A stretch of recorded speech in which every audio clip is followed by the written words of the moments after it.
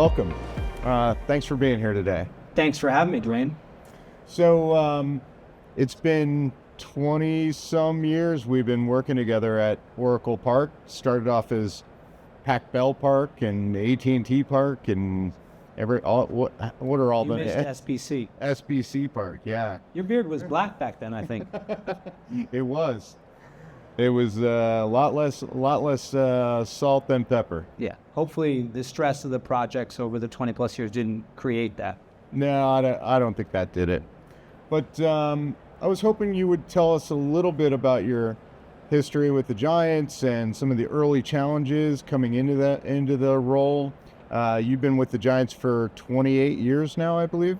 So you made the transition from Candlestick to Oracle Park and San Francisco, and what a change that was alone. So Yeah, I mean, I don't even know where to begin. We moved to Pacific Bell Park at the time in the year 2000, and it was a meteoric shift from Candlestick Park on so many levels. Not just technology, but weather also. I mean, we're in the same city, but the weather couldn't be more different. Product on the field, the fan base. But we knew that when we were building Pacific Bell Park in the city of San Francisco, near Silicon Valley, technology really had to be at our core. And I say that kind of like the smile on my face, because I know I got some folks in the studio audience here who might be building facilities at the same time. I'm thinking of one in particular. And the truth is, anytime you build a new stadium, it better be the most technologically advanced stadium or ballpark ever constructed, because it's your one shot. And so I definitely feel that was the case for us 27 years ago when we built our park. But really the challenge to me is keeping it that way over the years. When we built our ballpark, our video board at the time was one of the first full color video boards in an outdoor venue. And we actually, at the time, the technology was called FDT, I think, fluorescent data tube. And I'm pretty sure it was end of life as soon as we built it. And we had to have a clean room behind the board because it was only spec'd for indoor use, even though we were in a marine environment outdoor. And the entire board, however big it was, 50 feet wide by 20 feet high, the color part was just a little square in the left corner. The rest was black and white. So I guess that speaks to how old we are. yeah, you're like one of those motels with color TVs, on the side. HBO too. Over the years, we've done so many projects. We first met when you were renovating your control room. Part of that technology being end of life when you came into the stadium is that you had to replace the entire scoreboard just 5 years into the ballpark, or at least start thinking about replacing it. And video was changing from standard definition to high definition. There was big transition in the industry. All those things came into play. How did that impact your decision-making process through the transition? I mean, I think that's a challenge that folks who build any new facility are going to face. You try to future-proof your facility, but technology just moves forward, and you don't always know what rate it's going to move forward at. I remember one of my favorite ones was when we moved from Candlestick Park, where, again, I'm dating myself, but we were exclusively, paper tickets that were ripped when you walked in. There were no barcodes on tickets. There were no iPhones. You just walked in and you ripped a ticket. And when we came to our new ballpark, one of our big innovations was we were going to put barcodes on tickets so you could deactivate them and reactivate them. And people didn't need to rip them. They could scan them. But the only way you could scan them is by putting in millions of dollars worth of conduit to every single ticket scanner location and putting in these physical scanners so that you could then deactivate and reactivate tickets. It allowed us to do things like StubHub, where fans can resell their tickets and you can deactivate it. But like 3 years later, no other stadium was ever built with this infrastructure because wireless technology emerged. Why would anybody wire conduits? They were just basically mouse runs now, because there was nothing going through them anymore. We were just doing everything wirelessly. So that's how it happened on the ticketing front. And on the video board front, again, FDT technology was out of date within a few years. control room technology is always emerging and evolving as well. And so in order to meet the demands of the fans, especially in the Bay Area, we felt that going full color way back then, and we've done many things since then, it's HD, 4K, other things, but that was sufficiently impactful to justify that investment in the control room and the board. And I really think that speaks to your philosophy, or at least a philosophy that I've come to know in working with you, is that you really don't invest in technology that doesn't enhance fan engagement. It's all about the fan engagement, making sure that those dollars spent are having a real impact on what you're doing. I'll always remember the conversation that we had about IPTV, right? IPTV was coming strong onto the market. Every new stadium was installing IPTV systems and opening up new revenue streams for marketing and ad sponsorship, that sort of thing. And you took a different approach. You basically looked at me and you're like, well, how does that benefit the Giants? How does that benefit the fan in the seat? And we started talking it through, and ultimately we put in a new head end, but we still distribute to this day on a legacy RF plan. Yeah, and some might look at our stadium and say, look, how outdated are you? You guys you don't even have IPTV to your TVs? I mean, you guys, we're putting the game on the TVs. That's not that difficult. I don't need a set-top box on every TV. And I can actually distribute like 80 different channels to the TVs. And so we do that in a very cost-effective manner. If a TV goes out, I just replace the TV. And honestly, a lot of them are consumer-grade TVs too, because they're covered and they last. And so we're trying to make sure that every dollar we spend is justified, because Pacific Ballpark was the first fully privately financed sports facility since Dodger Stadium was built like 50 years before.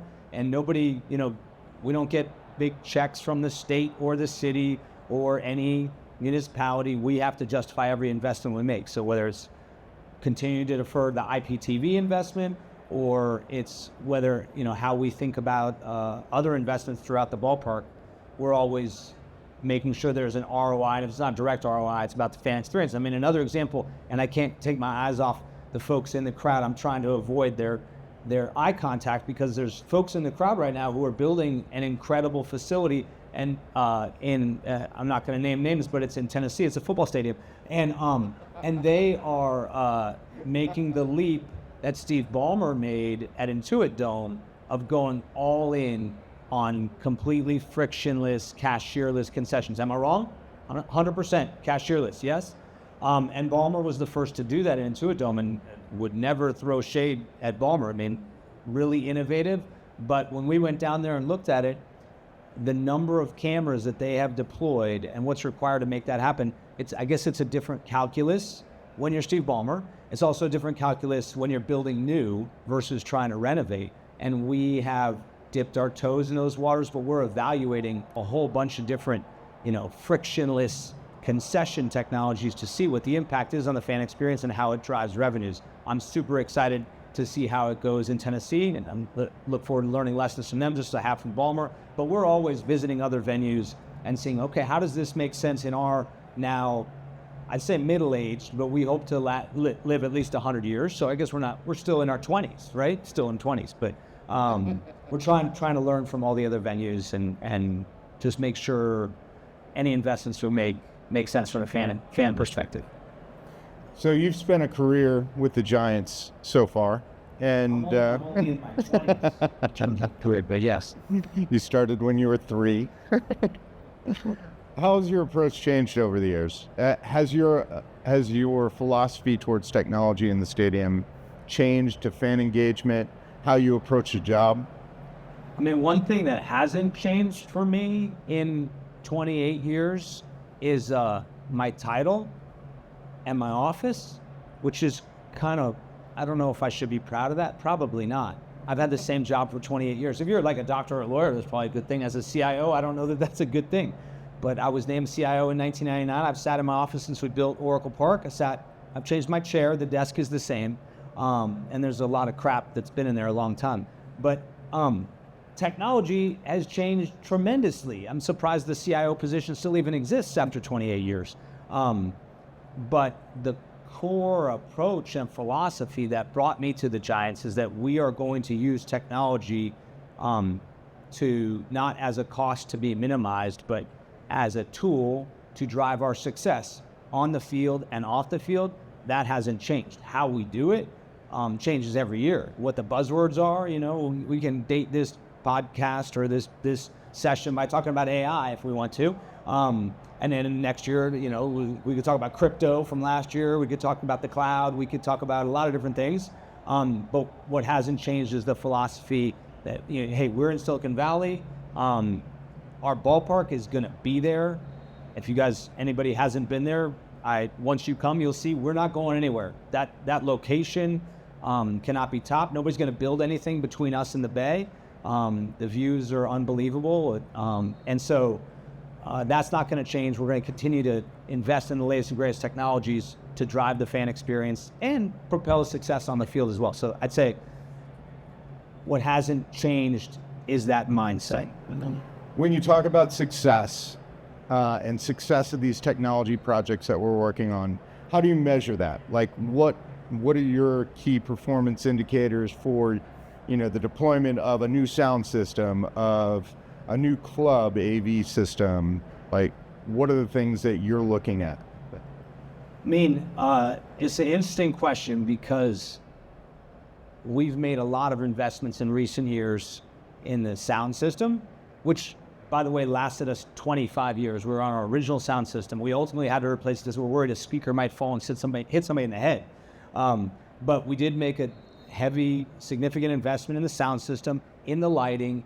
We have 31 video boards across the ballpark now. We've upgraded our main board 3 times over the years, so we continue to invest heavily in the AV experience.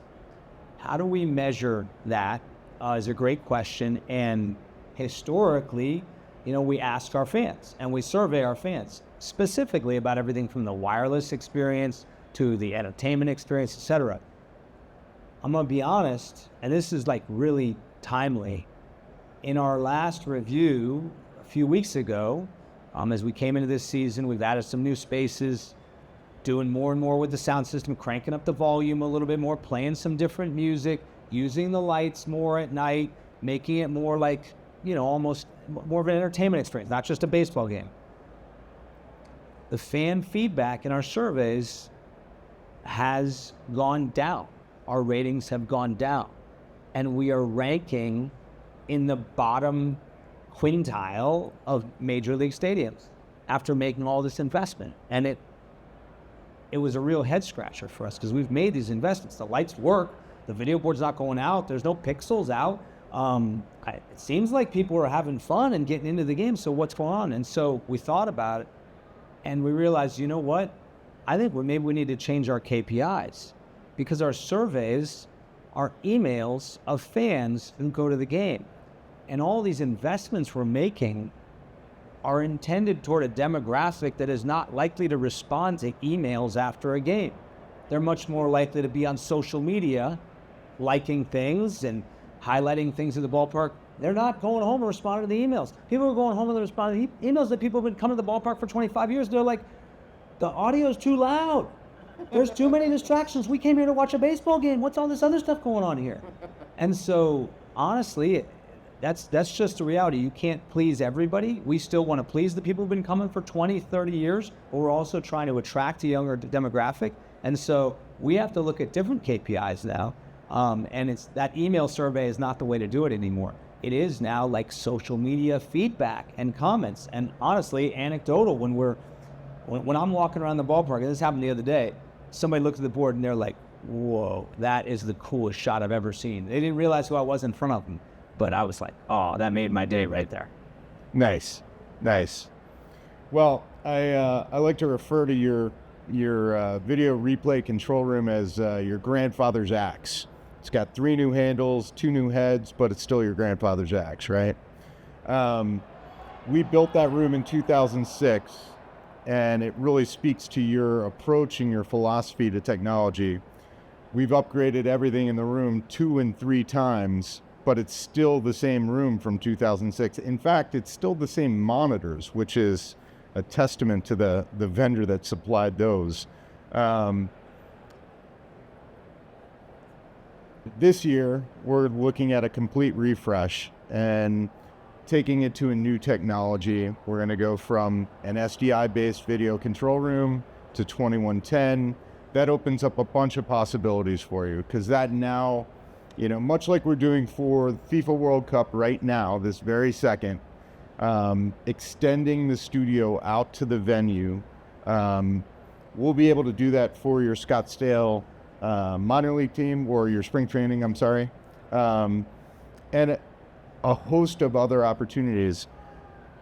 What about that control room and that control room refresh is important to you, and why are you investing in that now? I guess I'd start by saying one philosophy that we have, and that I think has served me well, is that prefer not to have huge capital expenditures. Like, okay, we're gonna need 20 million in this one year.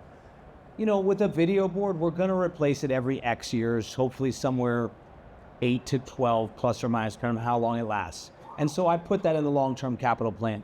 But I remember when we put the board in it, we're on iteration 4 now. I think it was the 3rd iteration, where I had to go before our board and our executive team and say, hey, guys, we're gonna put in a new board.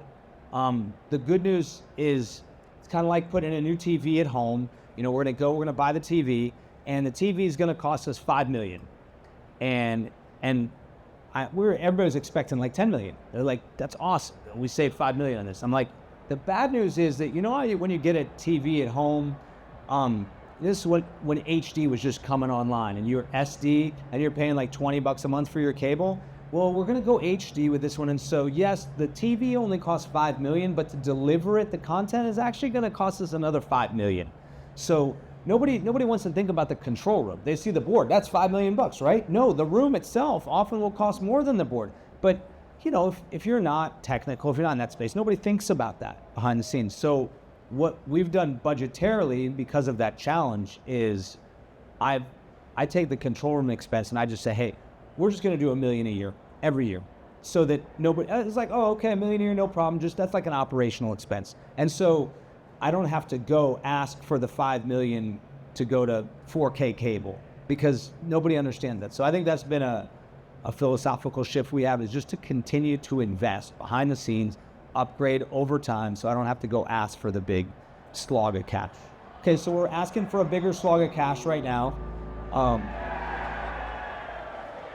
I think my big slug of cash just got approved. So I'm asking for a big slug of cash. There's cheers coming all around. It's awesome. Control room approved. Approved. Excellent.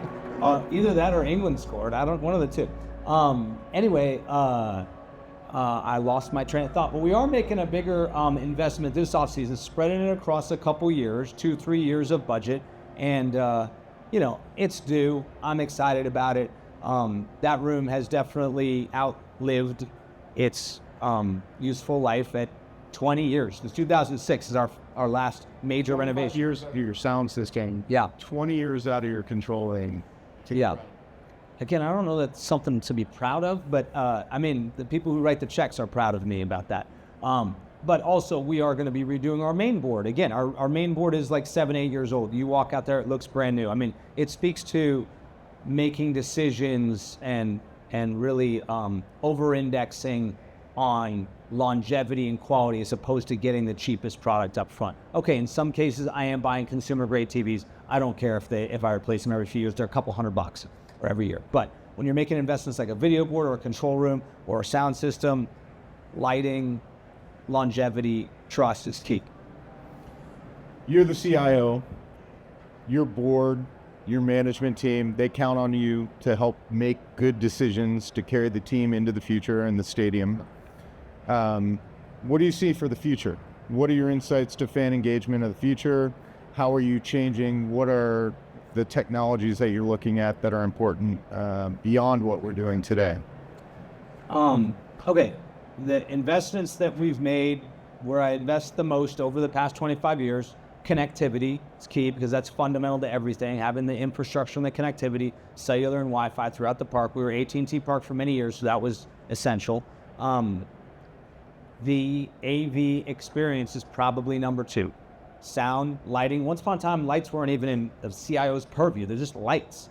But now lights are part of the show. The sound system wasn't part of my purview either, but that's part of the show now. And of course, video boards. We went from one main board to 31 boards throughout the park, including one that serves kayakers in the Cove today.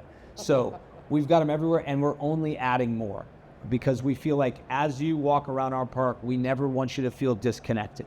And that is unique to a baseball experience, and Ballmer has the opposite perspective at Intuit Dome. He does not put the boards in, except for that one where you can it's all custom to you. I can't remember the vendor on that, but it's cool. But other than that, he wants you in the seats, except for when you're looking at that one board. He has no TVs. The TVs just have a clock as you walk around saying, get back to your seats because the game's about to start. For us, it's baseball. We recognize there's a lot of dead time, even though there's a pitch clock now. It's still a 2.5-hour game, and it's beautiful. So walk around, enjoy the experience. And when you're walking around, we never want you to detach from the game. We want you to hear the game. We want you to see the game. We want you to know that you're at the game. So that has been continuous, and we will continue to invest in those areas. For the experience beyond the ballpark, it's been like an arms race for as long as I can remember. And even before I was born. Once upon a time, a radio was invented. Baseball's been around a long time. I don't know when radio was invented, but we've been around since 1883. Radio came out, and everybody's back in those days, my grandparents were no, nobody's going to go to a baseball game anymore. You can listen to it on the radio. Why would anybody go? And then TVs came. Definitely nobody's ever going to go to a baseball game again now. I think it's still the case of the Indy 500 that they black it out locally because they're people are just going to watch it on TV. They're not going to go. It's true. Look it up. Maybe they just changed it. But and same with NFL and other leagues.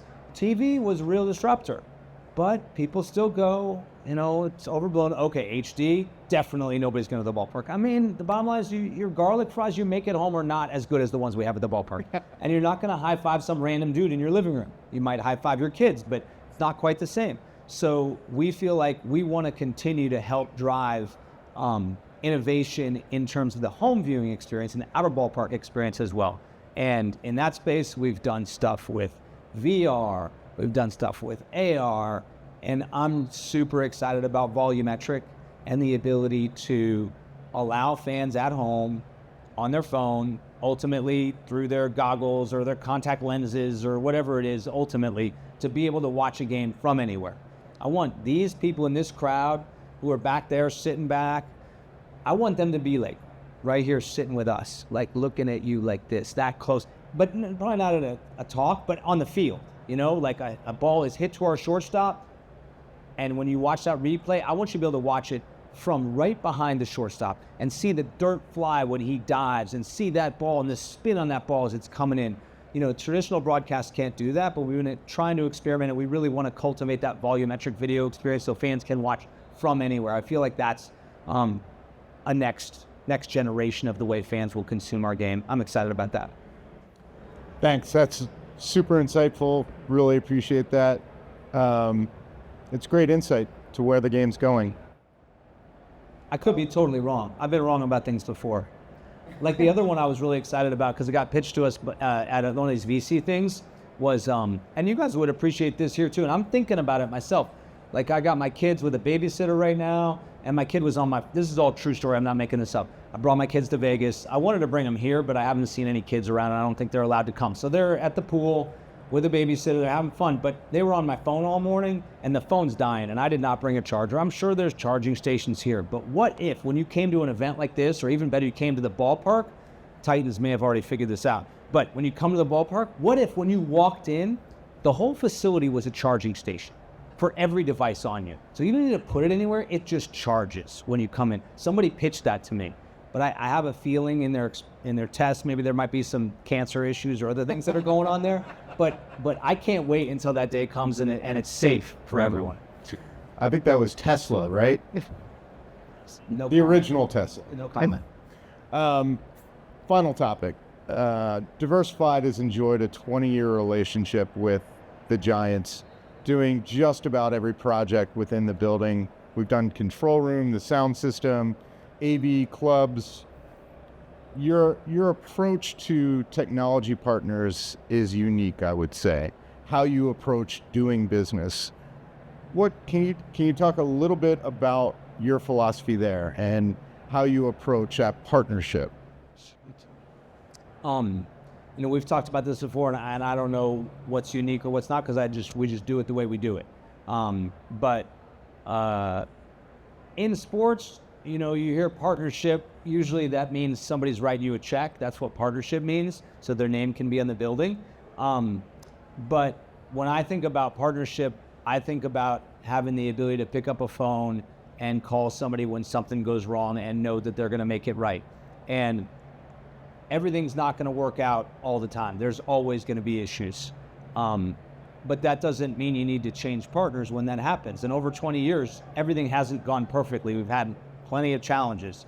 But to me, being able to look somebody in the eye and be invested on both sides and know that you can count on them to come through for you is what partnership is all about. So that's what Diversified has been for us, but not just Diversified. That's how we look at a lot of our partnerships. And so I'm not the type, I don't know, I look at technology partners more like marriages than dating. Like we're in this together, unless you cheat on me, or do something that throws you in jail. Otherwise, we're in this. And so I expect a lot out of you, and Diversified. And if you don't get it right, then we talk about it. We figure out how we're going to do better next time. But it's about trust, and that matters a lot to me. So maybe that's unique in my approach. I don't know. It's not about. I'm blessed that we're in a privately financed facility. There are no government processes and other things that determine who I award business to. I award business to the people that we believe will provide the best product and that I can trust, and that's a blessing, I know, but that's how we think about it. And that probably sounds kind of soft, but it's just how we approach things. Well, I can say, I'll just repeat what you said to me one time, is that there's vendors, there's partners, and then there's family. The giants are all three. Like, we enjoy that partnership and the family and the friendship that we've built over the decades, and we hope we're there for the next 20 years. Thank you, Bill. I mean, that's a mic drop right there, but can I hug you on stage? That's it.